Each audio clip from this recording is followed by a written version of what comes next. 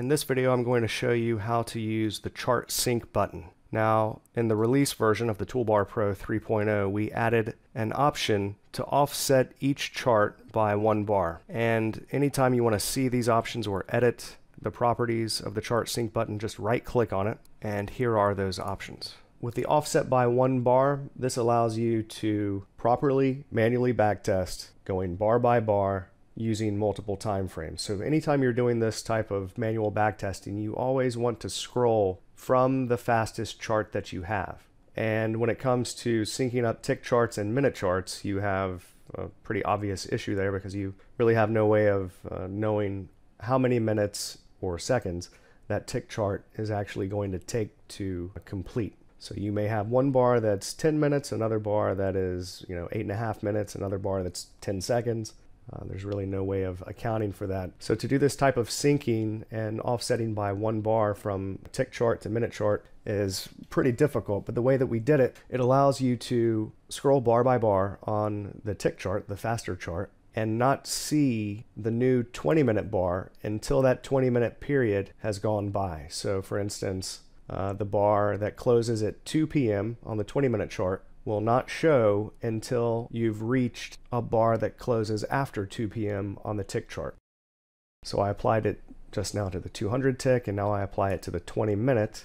Okay, so let's say I want to scroll back to here, leading up to this swing high. Now I have the data feed connected, so it's going to show the volume signals on the next new tick. But just ignoring that, let's scroll now from bar to bar. So we have the bar that closes at 1340 on the left, and let's see, this is a bar that closes at 1355. I go to the right, 1358, okay, 1401. So now the bar on the left should be closing at 1400, and what do you know, it is. Okay, so let's keep scrolling.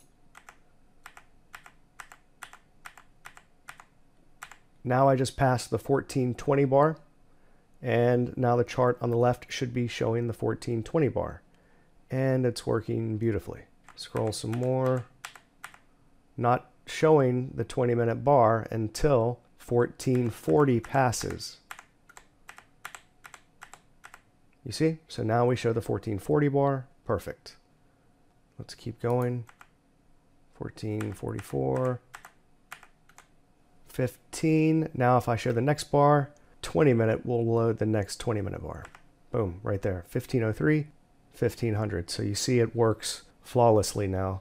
Now let's say that I want to sync together instruments that are different. So for instance, we have the gold on the left, the ES in the middle, and gold on the right. What I can do, right click on the sync button, and then add a link tag. Let's say I just put X in the link there as a tag. Done. And now I'll apply that ChartSync button to the gold 20-minute and the ES 5-minute, and when I do that, they sync up, and now the 200 tick, and now they're all synchronized scrolling.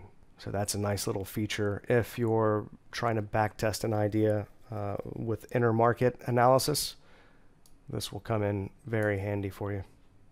There is another useful feature with the ChartSync button, and that is that you can synchronize each chart to a particular bar in the middle of the chart. So for instance, if I want to do a screenshot of a particular setup, what I can do is apply the ChartSync to each chart and then click on the ChartSync button again and then hover over a particular bar here and then left click on that bar and hold it, and then I can drag it into the middle. It's actually that bar at the low there. Let me move this out of the way. Do it again. You can see it there in the ES. So it will allow you to move that bar around on the chart until you place it in the exact spot that you want it. Then you can take a screenshot or whatever. Now you see that when I apply the ChartSync buttons, it automatically syncs the bar to the far right edge of each chart. So if I move this one, then click on it, it syncs them up, you see.